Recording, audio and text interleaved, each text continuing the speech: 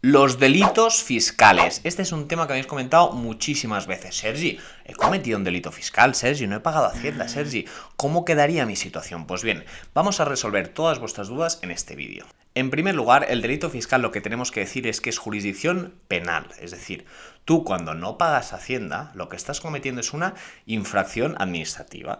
Que lo peor que puede pasar es de que te pegan una multa con unos recargos y unos intereses. Pero un delito fiscal es un delito contra la hacienda pública, que en este caso está regulado en el artículo 305 del Código Penal, y lo que te dice es que cualquier persona, tanto jurídica como física, que defraude, y este es un verbo importante, defraudar, porque hay un dolo, es decir, no te has equivocado, no, hay un elemento objetivo y uno subjetivo, es decir, elemento objetivo, has defraudado 120.000 euros por impuesto y año, y el segundo elemento es que has defraudado, es decir, no te has equivocado, conscientemente y con dolo y negligencia no has pagado Hacienda, ¿de acuerdo? O has hecho elementos para solicitar una devolución debida, etc.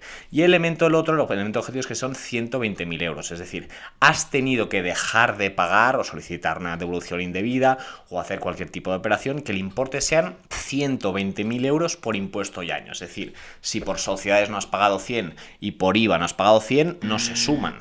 Es por impuesto, IVA y sociedades y por año. Es decir, si sumas, la prescripción aquí son 5 años, no 4 de vía administrativa, pero si sumas todas las infracciones que has cometido en 4 años y lo sumas todo y te da 300.000, eso no sería delito fiscal. Delito fiscal es por un tema en concreto, IRPF, que no has pagado 120.000 euros. ¿Cómo se calcula esto? Es decir, si tú has ganado 1.000.000 de euros y de este 1.000.000 de euros le aplicas, me invento, el IVA del 21%, te daría 210.000 euros. Si estos 210.000 euros de cuota tributaria que tienes que pagar no has pagado 100.000, pues entonces tu delito fiscal se contabilizaría por estos 100.000, porque 110.000 sí que los has pagado a Hacienda. Por tanto, por 100.000 te irías a vía administrativa, pero no penal. ¿De acuerdo? Además, ten en cuenta que este tipo de delitos se pueden cometer de forma autónoma, es decir, he cometido un delito fiscal, o lo que es más normal, que es de forma conexa, es decir, de que yo he cometido una falsedad documental más un delito fiscal, o un blanqueo de capitales derivado que ha generado un delito fiscal, o sea, es decir, diferentes delitos que se agrupan entre ellos y crean, pues al final,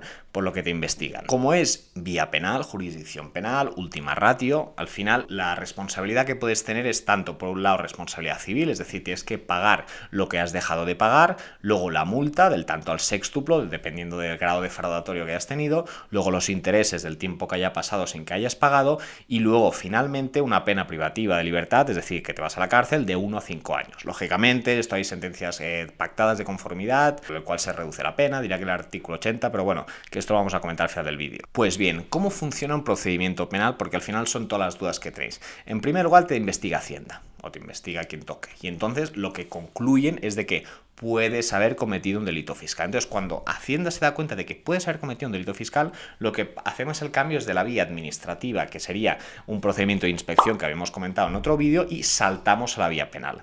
¿Cómo saltamos a la vía penal? Pues mediante un informe de Hacienda y un informe del equipo de delito fiscal, que es el equipo de EDF, que es el que concluye y dice, oye, esto no es un tema civil, hay un tema administrativo, esto es un tema penal. Por tanto, damos parte al Ministerio Fiscal, que es el garante de la seguridad jurídica, que en principio tiene que ser imparcial, y luego al abogado del Estado, que es el que defenderá los intereses de Hacienda. Y con todo esto presentamos una querella y nos vamos al juzgado. ¿Qué es lo que pasa en el juzgado? Que normalmente el fiscal presenta una querella, el abogado del Estado se persona y te dan traslado a las defensas, pues para personarte, pedir la causa foliada, pedir todo el expediente, el CD de Hacienda importante, y con todo esto pues nos vamos a dar de hostias en fase de instrucción. En esta fase de instrucción, esto para que os sepáis, el procedimiento penal, a tú cuando te investigan, te investiga un juez, y este juez te investiga hasta el final, y cuando concluye de que realmente pues hay indicios delictivos, lo que hay es el salto de la vía de instrucción a la fase de enjuiciamiento, de juicio oral, que hay otro juez diferente, que es diferente para no contaminar. Esto básicamente es porque si el primer juez ve unas entradas y registros que se obtiene una prueba y se declara ilícita, estaría contaminado para dictar sentencia por esta prueba ilícita. Por tanto, en la fase de enjuiciamiento se cambia de juez, ¿vale?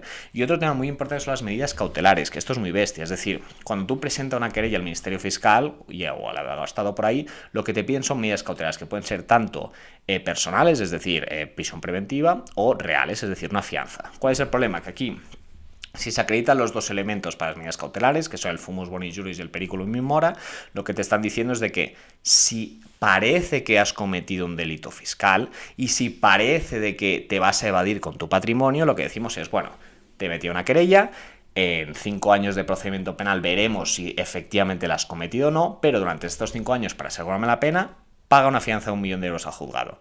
Y a partir de aquí, si el día de mañana es condenado, yo ya tengo el dinero, ya habrías pagado.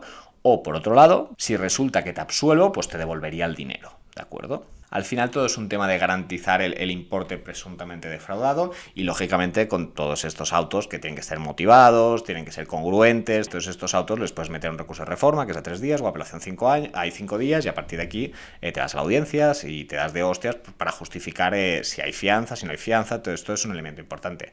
En fin, pues bueno, pues durante toda esta época de instrucción, ¿vale? Toda esta fase de instrucción se van practicando diligencias de investigación, ¿vale? Las más importantes suelen ser la ratificación de los informes periciales, es decir, la ratificación del informe de Hacienda, del actuario que te dice que has cometido un delito fiscal, así como del equipo de DF. Lógicamente las defensas pues impugnan todo y a partir de ahí declaran también, sobre todo los investigados y los testigos, que tienen derecho a decir verdad, y luego al final lo que presentas es el escrito de sobreseimiento de que no hay delito, quiero ir a mi casa. Lógicamente te das de hostias y a ver qué resuelve el juez.